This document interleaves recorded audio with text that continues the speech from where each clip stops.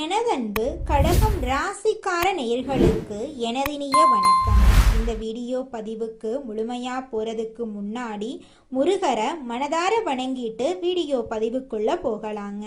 ஓ முருகா போற்றி, ஓ முருகா போற்றி, ஓ முருகா போற்றி, எனக்காக்கும் முருகனே போற்றி, நல்லதே நடக்கும், நல்லது மட்டும்தான் நடக்கும். நம்மளோட கடக ராசிக்காரர்களுக்கான இந்த காலகட்டம் எப்படி இருக்க போகுது தெரியுமா? உங்க வாழ்க்கையில ஒரு முக்கியமான மாற்றத்துக்கு இந்த காலகட்டம் கூட ஒரு ஆரம்பமா இருக்கலாங்க. இந்த நேரங்கள்ல குழப்பம் இருந்தாலும் அதுக்குள்ள மறைந்திருக்கும் பெரிய வாய்ப்பை நீங்க கண்டுபிடிக்க போறீங்க. அன்பு, வேலை, பணம் எல்லாத்துலயும் இந்த காலகட்டத்துல உங்களுக்கு ஒரு தெளிவு கிடைக்க போகுது.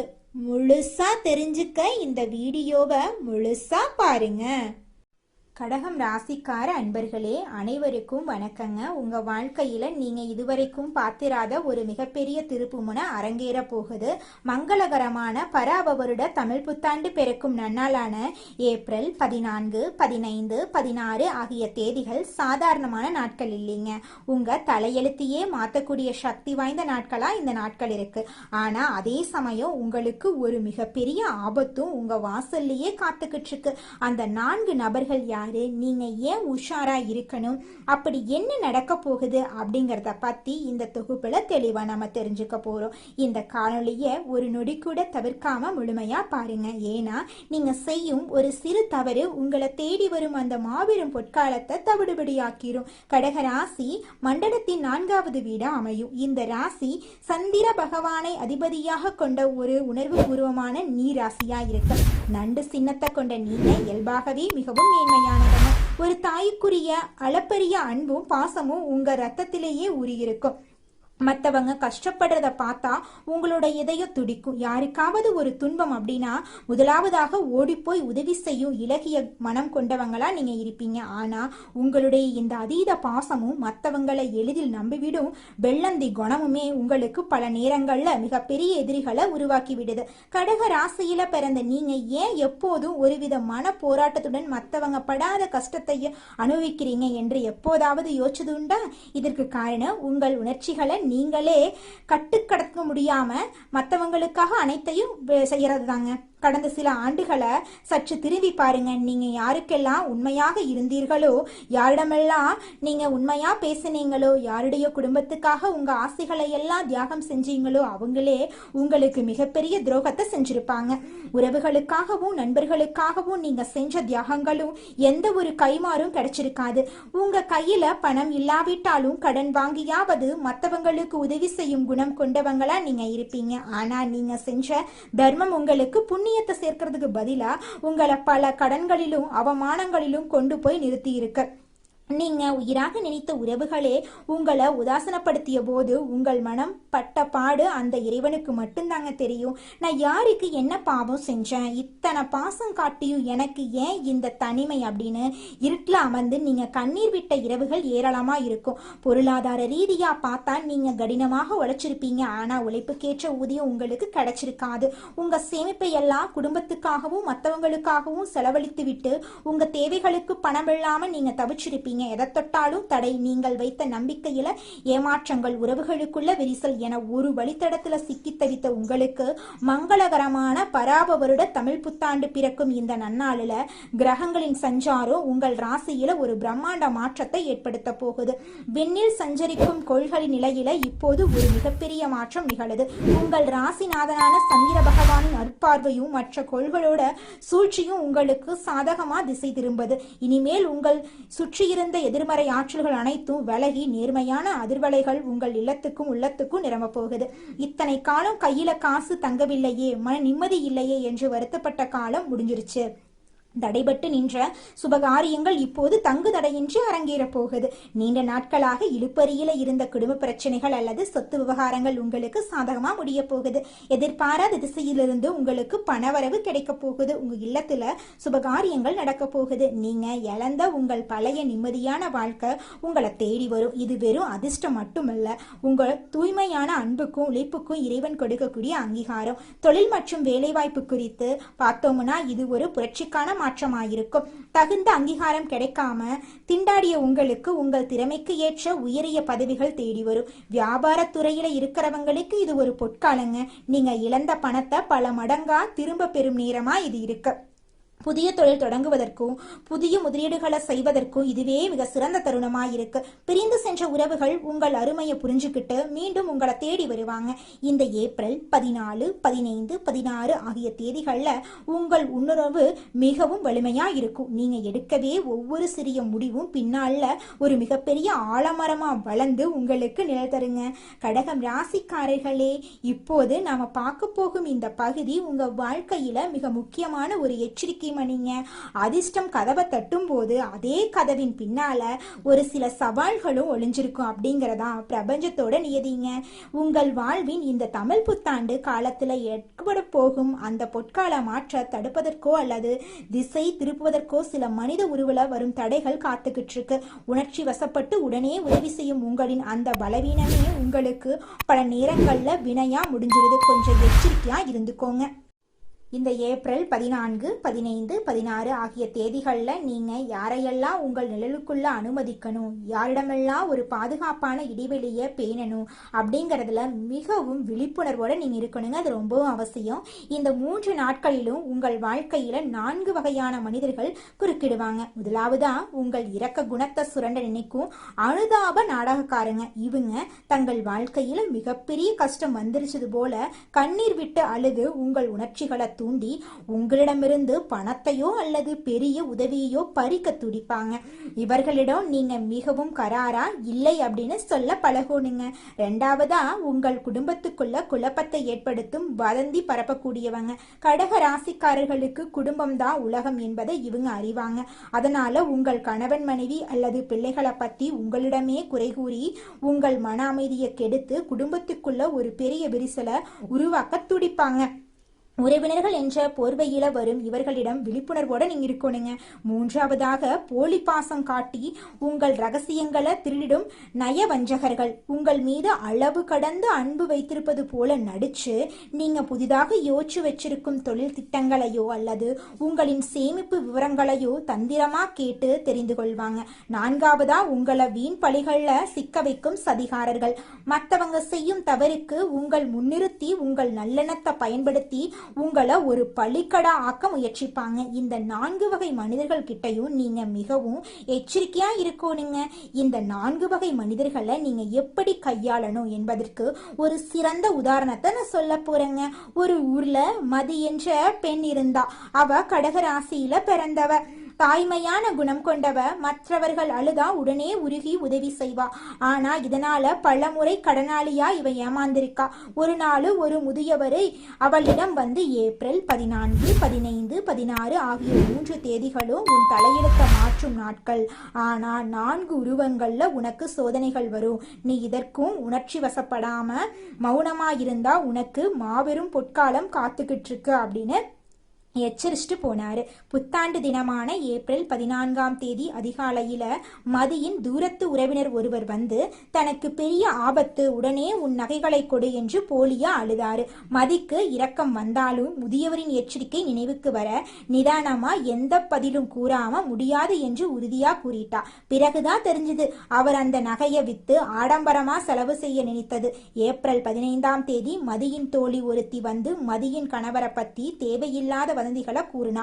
மதி உணர்ச்சி வசப்படாம தன் கணவர் மீதுள்ள முழு நம்பிக்கையால அந்த தோழியை வீட்டை விட்டு அனுப்பி வைத்தா. ஏப்ரல் 16ஆம் தேதி மதி வேலை செய்யும் இடத்துல ஒரு சக ஊழியர் ஒரு தவறு செய்துவிட்டு மதியிடம், நீ எனக்காக இந்த தப்பை ஏத்துக்கோ அப்படின்னு சொன்னாரு. அவ எதுவுமே சொல்லாம அமைதியா இருந்தா. இது 3வது சோதனை என்று உணர்ந்த மதி அமைதியா தன் வேலையை பார்த்தா. யார் தவறு செய்தாரோ அவரே பொறுப்பு என்று கூறிட்டா. யார் பேச்சையும் கேட்டு உணர்ச்சி வசப்படாம மௌனம் காத்தா. அந்த 3 நாட்களும் அவள் காட்டிய நிதானமும் எச்சரிக்கையுமே அவளை காப்பாற்றி இருக்கு. ஏப்ரல் 17ஆம் தேதி அவளது பொறுமையும் நேர்மையும் பல நாட்களாக கவனித்து வந்த அந்த நிறுவனத்தின் உரிமையாளர் மதிக்கு ஒரு மிகப்பெரிய பதவி உயர்வ பண முடிப்பையும் வழங்கி கௌரவித்தாரு. மதி மட்டும் அந்த 3 நாட்கள்ல உணர்ச்சி வசப்பட்டிருந்தானா அவ வாழ்க்கையில இந்த பொற்காலம் கிடைச்சிருக்காது. அதனால எல்லாரும் எச்சரிக்கையா இருங்க. நிச்சயமா உங்க வாழ்க்கையில பொற்காலம் நடந்தே தீருங்க. அதுல துளி கூட மாற்றமே கிடையாதுங்க. இந்த ஏப்ரல் 14, 15, 16 ஆகிய தேதிகள்ல நீங்க மேற்கொள்ள வேண்டிய சில எளிய அதே சமயம் சில வலிமையான வழிபாட்டு முறைகளை பத்தி நம்ம தெரிஞ்சுக்கலாங்க. முதலாவதாக உங்க ராசிக்கு அதிபதியான சந்திர பகவானின் அருளையும் அம்பாளின் ஆசியையும் பெறது மிக மிக அவசியங்க. இந்த 3 தேதிகளும் அதிகாலையில பிரம்ம முகூர்த்தத்தில் எழுந்து நீராடி உங்கள் வீட்டின் அருகில் இருக்கக்கூடிய அம்மன் கோவிலுக்கோ அல்லது சிவன் கோவிலுக்கோ சென்று மனதார வழிபாடு செய்யுங்க. சிவபெருமானுக்கு அல்லது அம்பாளுக்கு பால் அபிஷேகம் செய்யறது, நெய்தீபம் ஏற்றி வழிபாடு செய்யறது உங்கள் ஆழ் மனதில் இருக்கும் கவலைகளை நீக்கி தெளிவான சிந்தனையையும் அளப்பரிய ஆற்றலையும் கொடுக்கும். சந்திர பகவானுக்கு உகந்த இந்த வழிபாட்டை செய்யறது உங்களுக்கு ராஜயோகத்தை பெற்று தரும். இத்தனை காலம் நான் பட்ட கஷ்டங்கள் போதும், இறைவா இனி வரும் காலோ எனக்கு ஒளியாக அமையட்டும் என்று மனதார வேண்டிக் கொள்ளுங்க. அடுத்ததாக தானங்களில் சிறந்த தானத்தை பத்தி பார்க்கலாங்க. சந்திர பகவானின் அருளை பெற வெள்ளி நிற உணவுகளை தானம் செய்யறது மிகவும் சிறப்பு வாய்ந்ததுங்க. ஏழை எளியவர்களுக்கு அல்லது ஆதரவற்றவர்களுக்கு தயிர் சாதம், பச்சரிசி அல்லது பால் போன்ற உணவுகளை தானமா அழியுங்க. மேலும் தாயாரின் ஆசையை பெறது, வயதான பெண்களுக்கு உதவுவதும் உங்கள் ஜாதகத்தில் உள்ள தடைகளையும் தோஷங்களையும் வேரோடு அழிக்கும் ஆற்றல் கொண்டதுங்க. உங்களின் குடும்ப சுபிட்சம் மென்மேலும் பெருக இது உதவுங்க. இந்த 3 நாட்களும் நீங்க வெள்ளை அல்லது சந்தன நிற ஆடைகளை அணியிறது உங்களுக்கு ஒரு கூடுதல் பலத்தை தரும். இது உங்களை சுத்தி ஒரு தெய்வீக பாதுகாப்பு கவசத்தை உருவாக்கி மற்றவர்களின் எதிர்மறை அதிர்வலைகள்ல இருந்து உங்களை பாதுகாக்கும். இந்த நாட்கள்ல நீங்க எடுக்கும் ஒவ்வொரு முடிவும் உங்கள் எதிர்காலத்தை நிர்ணயிக்கும் அப்படிங்கறத நீங்க மறந்துடாதீங்க. கொஞ்சம் கவனமா எச்சரிக்கையா நடந்துக்கோங்க. கடகம் ராசிக்காரங்களே, உங்க வாழ்க்கையில இந்த மாதம் பல்வேறு நன்மைகள் உண்டாக போகுதுங்க. கடினமான பணிகளை செய்து முடிக்கும் துணிச்சல் உங்க மனசுல ஏற்பட போகுதுங்க. காரிய வெற்றியால மனசுல சந்தோஷம் உண்டாக போகுதுங்க. இருக்கும் இடத்தை விட்டு வெளியில சென்று தங்க நேரிடலாங்க. அதை கண்டு நீங்க அச்சப்பட வேண்டாங்க. வீட்டு வேலைகளை எளிமையா நீங்க செஞ்சு முடிக்க போறீங்க. பெண்களே, தொழில் வியாபாரம் மிகவும் சிறப்பா இருக்க போகுதுங்க. பண வரத்து எதிர்பார்த்தபடி இருக்குங்க. வியாபாரம் மற்றும் தொழிலை விரிவுபடுத்த திட்டம் தீட்ட போறீங்க. பயணங்கள் உங்களுக்கு சாதகமா இருக்க போகுது. உத்தியோகத்துல இருக்கிறவங்களுக்கு முன்னேற்றம் அடையக்கூடிய மாதமாக இந்த மாதம் அமைஞ்சிருக்குதுங்க. வேலை பற்றிய கவலை நீங்க போகுதுங்க. நிர்வாகத்தின் ஆதரவு உங்களுக்கு இருக்க போகுதுங்க. குடும்பத்துல ஏதாவது ஒரு விஷயம் தொடர்பாக வாக்குவாதம் ஏற்படலாம். அதை கண்டு நீங்க அச்சப்பட வேண்டாம். நிதானமா பொறுப்பா செயல்படுங்க. கணவன் மனைவி அனுசரித்து செல்றது நல்லதுங்க. நண்பர்கள் உறவினர்களுடன் மனஸ்தாபங்கள் உண்டாகலாம். அதை கண்டு நீங்க பயப்பட வேண்டாம். எச்சரிக்கையா இருக்கிறது உங்களுக்கு ரொம்பவும் நல்லதுங்க. பெண்களுக்கு எந்த ஒரு காரியத்தையும் செய்து முடிக்க கூடுதல் நேரம் உழைக்க வேண்டி இருக்குங்க. பணவரத்து எதிர்பார்த்தபடி இருக்குங்க. வாக்குவாதங்களை தவிர்ப்பது ரொம்பவும் நல்லதுங்க. மாணவர்களுக்கு மற்றவங்களை அனுசரித்து செல்றது நன்மை தருங்க. விளையாட்டுக்கள்ல கவனம் செலுத்துவதுடன் கல்வியில கூடுதல் கவனம் செலுத்துறது உங்க வாழ்க்கைக்கு ரொம்பவும் நன்மையை கொண்டு வந்து சேர்க்குங்க. கலைத்துறையினர் மிகவும் மகிழ்ச்சியாகவும் ஆர்வமாகவும் காணப்பட போறீங்க. வெற்றிகள் நிறைய உங்களுக்கு கிடைக்க போகுது. தூரதேச பயணம் நீங்க மேற்கொள்ள போறீங்க. அரசியல்வாதிகள் வாக்கெடுக்கும் போது கவனமா இருக்கணுங்க. தேவையில்லாத இடங்கள்ல நிறைய நீங்க பேச வேண்டாங்க. கவனமா இருங்க. உங்க வாழ்க்கையில இது நாள் வரைக்கும் தடைபட்ட அனைத்து காரியங்களுமே இனி வரக்கூடிய காலங்கள்ல தங்குதடையின்றி நடக்க போகுதுங்க. அடுத்ததாக நம்முடைய கடகம் ராசியில் இருக்கக்கூடிய ஒவ்வொரு நட்சத்திரக்காரர்களுக்கும் இந்த மாதம் எப்படி அமைஞ்சிருக்குன்னு பார்க்கலாங்க. நம்முடைய கடகம் ராசியில் இருக்கக்கூடிய முதலாவது நட்சத்திரம் புனர்பூசம் 4ஆம் பாதம். உங்களுக்கு இந்த மாதம் எப்படி அமைஞ்சிருக்குன்னு பார்க்கலாங்க. இந்த மாதம் மற்றவர்களுக்கு வழிய சென்று உதவுறதுனால வீண் விரோதங்கள் ஏற்படலாம். எதிலும் வெற்றியே கிடைக்குங்க. நண்பர்கள் உதவி கிடைக்கும். வாய்ப்புகளை பயன்படுத்தி கொள்றது உங்கள் எதிர்காலத்துக்கு நிச்சயமா உதவும். கலைத்துறையினர்களுக்கு வாய்ப்புகள் தேடி வரும். உங்களுக்கு முன்னேற்றமும் ஆதரவும் கிடைக்க போகுது. உங்களுடைய குடும்பத்துல இது நாள் வரைக்கும் தடைபட்ட அனைத்து காரியங்களுமே இனி வரக்கூடிய காலங்கள்ல தங்குதடையின்றி நடக்க போகுது. உங்களோட வாழ்க்கையே சொர்க்க வாழ்க்கையாக மாறப்போகுதுங்க. அடுத்ததாக நம்முடைய கடகம் ராசியில் இருக்கக்கூடிய நட்சத்திரம் பூசம். உங்களுக்கு இந்த மாதம் எப்படி அமைஞ்சிருக்குது அப்படின்னு பார்க்கலாங்க. இந்த மாதம் தொழில் வியாபாரம் தொடர்பாக அலைய வேண்டி இருக்கும். எதிர்பார்த்த நிதி வசதி கிடைத்தாலும் திட்டமிட்டதை விட கூடுதல் செலவும் இருக்கும். பணியாளர்களிடம் நிதானத்தை கடைபிடிக்கிறது நல்லது.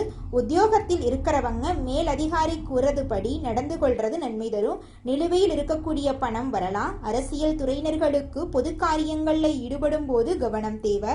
திருமணம் ஆகாதவர்களுக்கு திருமண தடை நீங்கி உங்களுக்கேற்ற சரியான வாழ்க்கை துணையோடு திருமணம் நடக்க போகுது. குழந்தை பாக்கியம் இல்லாதவர்களுக்கு குழந்தை பாக்கியம் கிடைக்க போகுதுங்க. பூர்வீக சொத்து ரீதியாக இருந்த அனைத்து பிரச்சனைகளுக்கும் தீர்வு கிடைக்க போகுது.